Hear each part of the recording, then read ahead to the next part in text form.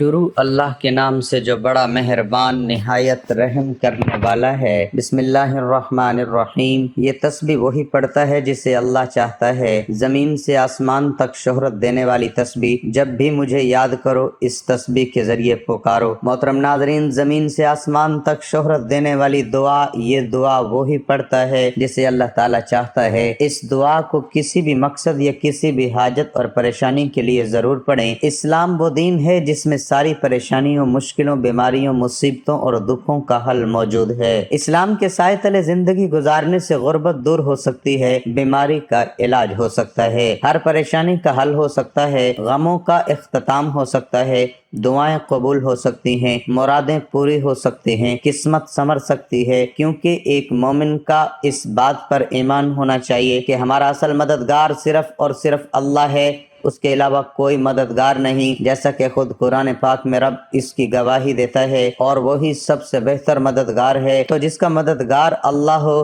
اسے دنیا کی کوئی طاقت نقصان نہیں پہنچا سکتی۔ یہ ضمانت بھی اللہ تعالیٰ نے خود دی ہے، فرمان پروردگار ہے کہ اگر اللہ تعالیٰ تمہاری مدد کرے تو تم پر کوئی غالب نہیں آ سکتا، اور اگر وہ تمہیں چھوڑ دے تو اس کے بعد کون ہے جو تمہاری مدد کرے۔ ایمان والوں کو اللہ تعالیٰ پر ہی بھروسہ رکھنا چاہیے، تو اس لیے ہم مسلمانوں کو دعا کرنی چاہیے، کیونکہ دعا حضور صلی اللہ علیہ وسلم کا ہتھیار ہے، اور یہ دعا وہ دعا ہے جو اللہ پاک نے خود نبی کریم صلی اللہ علیہ وسلم کو سکھائی کہ جب بھی مجھے پکارو اس دعا کے ذریعے پکارو۔ آپ اس دعا کو کسی بھی حاجت، مقصد، دولت، رزق، بیماری سے شفا کے لیے پڑھ سکتے ہیں۔ اگر آپ کی کوئی بھی پریشانی یا مشکل ہے جس سے آپ نکلنا چاہتے ہیں تو پورے دل سے آپ نے اس عمل کو کرنا ہے، اس دعا کو پڑھنا ہے، انشاءاللہ آپ کی پریشانی دور اور حاجت پوری ہوگی۔ محترم ناظرین، مسلمان ہونا مطلب کہ اللہ کے سامنے جھکنا، ایسا جھکنا کہ بندہ اللہ کے لیے خود کو خالی کر دے، یعنی اپنی خواہشات کو، اپنی چاہت کو اس کی چاہت کے مطابق بنا لے،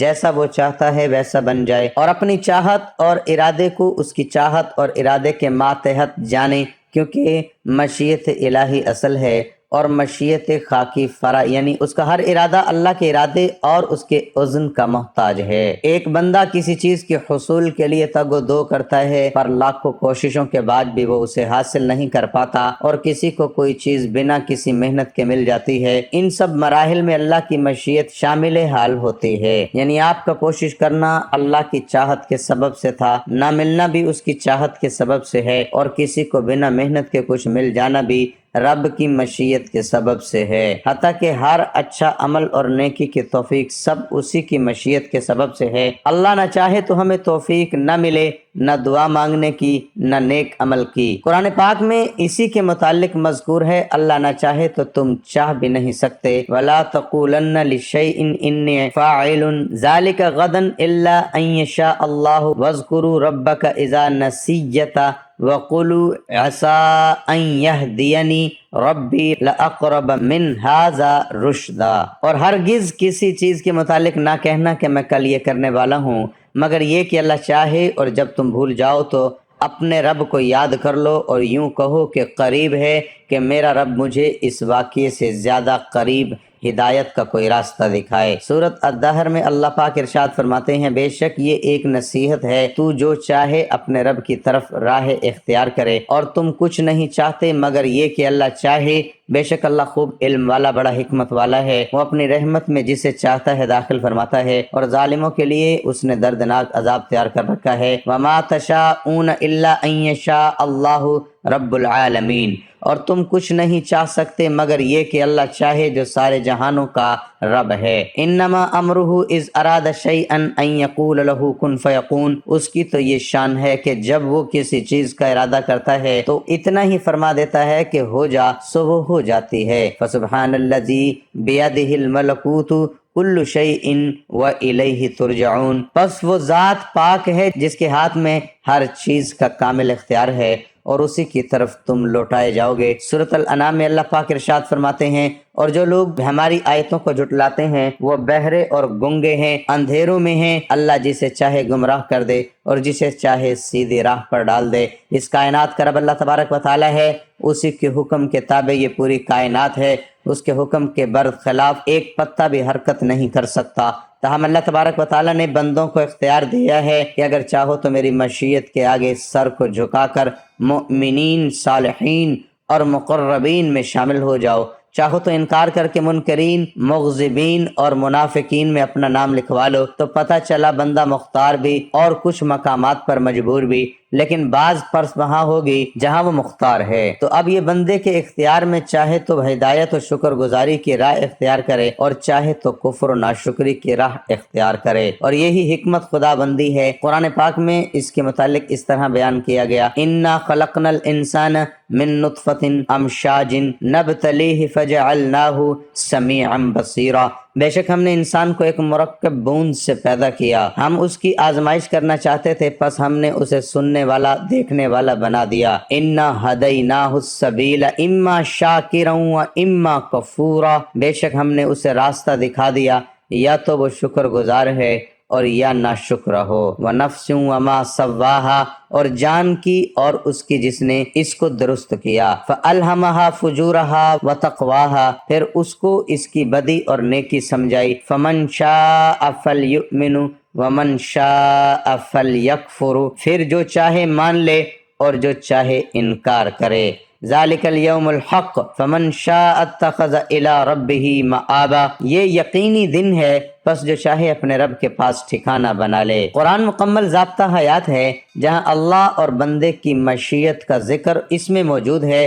وہیں دوسری جانب اس میں بندوں کو آداب بندگی کا طریقہ بھی سکھایا گیا ہے، اور وہ یہ ہے کہ ہر اچھے کام سے پہلے انشاءاللہ کہے۔ اللہ کی چاہت ہی وہ مقام ہے جس کو پا کر صحابہ اکرام رضی اللہ تعالیٰ عنہم کے درجے پر فائز ہوئے، یہی وہ مقام ہے جس کو پا کر اولیاء اللہ مقام ولایت پر فائز ہوئے۔ اپنی چاہت کو اس کی چاہت میں ڈھالنا ہی بندگی ہے، وجود کو خواہشات سے خالی کرنا اور خالص اسی کا ہو جانا ہی بندگی ہے۔ ہم دنیا میں آئے ہی اللہ کے لیے ہیں، ہم یہاں موجود ہی اللہ کے لیے ہیں، یہی اللہ کی چاہت ہے۔ ہم اپنے وجود کی نفی کریں اور صرف اسی کی اتباع اور اسی کے حبیب صلی اللہ علیہ وسلم کی اتباع کریں، محبت کریں تو اللہ اور اس کے رسول صلی اللہ علیہ وسلم کے خاطر نفرت کریں تو اللہ اور اس کے رسول صلی اللہ علیہ وسلم کی خاطر آئیے خود کو ماں چاہت کے اس کے سپرد کر دیں، کہ یہی اصل مقصد حیات ہے۔ قرآن کریم میں محبت سے لفظ یحب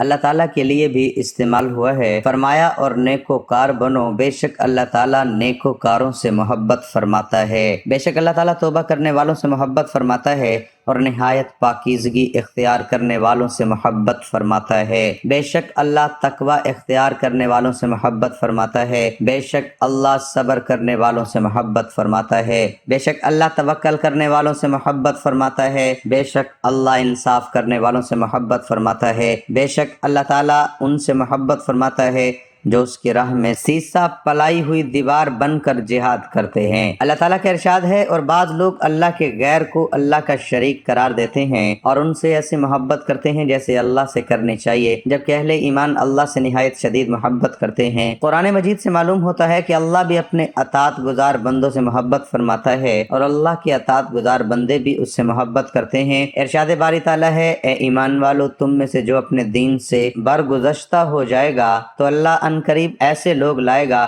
جن سے اللہ محبت کرے گا اور وہ اللہ سے محبت کریں گے۔ مومنوں کے لیے سراپا عاجزی، کافروں کے لیے پیکر جلال ہوں گے، اللہ کی راہ میں جہاد کریں گے اور کسی ملامت کرنے والے کی ملامت سے نہیں ڈریں گے۔ یہ اللہ کا فضل ہے، جسے چاہتا ہے دیتا ہے، اللہ بڑی وسعت والا اور بہت علم والا ہے۔ حدیث پاک میں ہے، حضرت انس رضی اللہ تعالیٰ عنہ فرماتے ہیں، ایک شخص نے نبی صلی اللہ علیہ وسلم سے قیامت کے بارے میں پوچھا اور کہا قیامت کب آئے گی؟ آپ صلی اللہ علیہ وسلم نے فرمایا، یہ بتاؤ تم نے قیامت کے لیے تیاری کیا کر رکھی ہے؟ اس نے عرض کی، اور تو کچھ نہیں مگر اتنی بات ہے کہ میں اللہ اور اس کے رسول صلی اللہ علیہ وسلم سے محبت کرتا ہوں۔ آپ صلی اللہ علیہ وسلم نے فرمایا، تمہارا حشر اسی کے ساتھ ہوگا جس سے تم محبت کرے گا۔ حضرت انس رضی اللہ تعالیٰ عنہ نے کہا، ہمیں کسی چیز سے اتنی خوشی نہیں ہوتی جو رسول اللہ صلی اللہ علیہ وسلم کے اس ارشاد سے ہوئی، تمہارا حشر اسی کے ساتھ ہوگا جس سے تم محبت کرے گا۔ حضرت انس رضی اللہ تعالیٰ عنہ نے کہا، پس میں نبی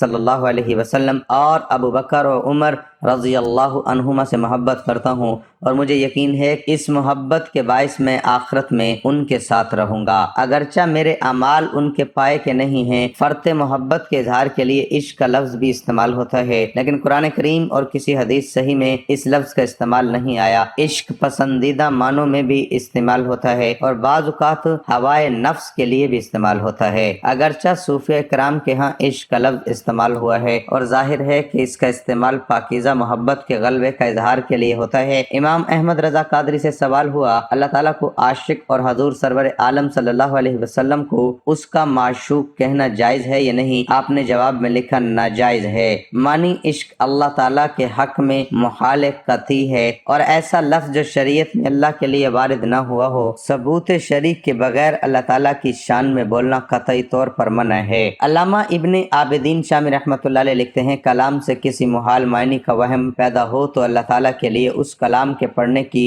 ممانعت کے لیے کافی دلیل ہے، اگرچہ وہ کلام کسی صحیح معنی کا بھی احتمال رکھتا ہو۔ اس سے معلوم ہوا کہ اللہ تعالیٰ اور رسول اللہ صلی اللہ علیہ وسلم کے لیے کوئی ایسا ذو معنی کلمہ استعمال کرنا جائز نہیں ہے جس کی مراد بظاہر اچھی ہو، لیکن اس سے کوئی دور کے اہانت آمیز یا نامناسب معنی کا احتمال پیدا ہوتا ہو یا ایسے معنی کا تاثر پیدا ہو جس کی نسبت اللہ کے لیے محال ہو، جیسے قرآن کریم میں رسول اللہ صلی اللہ علیہ وسلم کے لیے راعنا کے استعمال سے منع فرمایا گیا ہے۔ آگے چل کر انہوں نے جو لکھا اس کا خلاصہ یہ ہے، اگر بندہ اللہ سے محبت کرے اور وہ محبت اس کے دل میں راسخ ہو جائے اور اس کے ثمرات بھی نظر آئیں اور وہ اللہ تعالیٰ کی ذات سے اپنی محبت کو عشق سے تعبیر کرے تو اس میں کوئی ممانعت نہیں ہے۔ امام فخر الدین رازی نے اپنی تفسیر میں ایک روایت نقل کی ہے، حضرت ابراہیم علیہ السلام کے پاس ملک الموت روح قبض کرنے کے لیے آئے تو انہوں نے اس سے کہا کیا آپ نے دیکھا ہے کہ کوئی دوست اپنے دوست کی جان لے؟ تو اللہ تعالیٰ نے انہیں وحی فرمائی کہ آپ نے دیکھا ہے کہ کوئی دوست اپنے دوست سے ملاقات کو ناپسند کرے؟ تو حضرت ابراہیم علیہ السلام نے فرشتہ اجل سے فرمایا میری روح قبض کر لے۔ ایک حدیث سے اس کی تائید ہوتی ہے،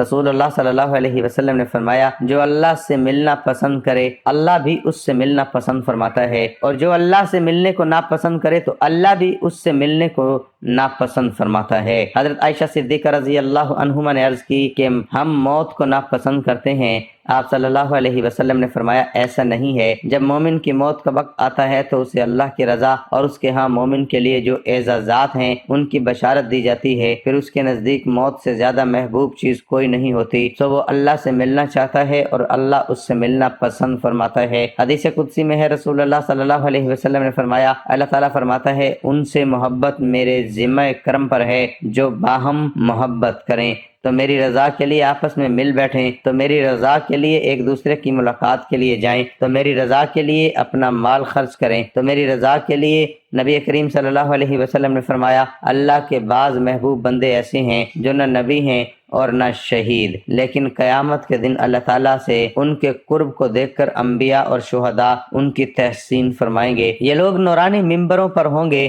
انبیاء اور شہداء پوچھیں گے یہ کون لوگ ہیں؟ تو انہیں بتایا جائے گا یہ وہ لوگ ہیں جو کسی مالی طمع و لالچ اور کسی قرابت داری کے تعلق کے بغیر صرف اللہ کی رضا کے لیے آپس میں محبت کرتے تھے۔ ایک طویل حدیث میں رسول اللہ صلی اللہ علیہ وسلم نے فرمایا جس دن اللہ کے شائبان رحمت کے سوا کسی کے لیے کوئی جائے پناہ نہیں ہوگی، اس دن اللہ تعالیٰ 7 قسم کے اشخاص پر اپنی رحمت کا خصوصی سایہ فرمائے گا۔ ان میں سے ایک طبقے کا بیان کرتے ہوئے آپ صلی اللہ علیہ وسلم نے فرمایا ایسے 2 اشخاص جو محض اللہ کی رضا کے لیے آپس میں محبت کریں، وہ باہم مل بیٹھیں یا جدا ہوں تو صرف اللہ کی رضا کے لیے۔ اللہ تعالیٰ کا ارشاد ہے جو لوگ دنیا میں پیشوا بنائے گئے تھے جب قیامت کے دن وہ عذاب دیکھیں گے ان کے سارے رابطے ٹوٹ جائیں گے تو وہ اپنے پیروکاروں سے لا تعلقی اختیار کریں گے اور ان کے پیروکار کہیں گے کاش ہمیں ایک بار دنیا میں لوٹ جانے کا موقع ملے تو ہم بھی اسی طرح ان سے اعلان لا تعلقی کریں جس طرح انہوں نے ہم سے تعلق توڑ لیا۔ اس کے برعکس اللہ تعالیٰ فرماتا ہے دنیا میں جو لوگ ایک دوسرے سے دوستی کا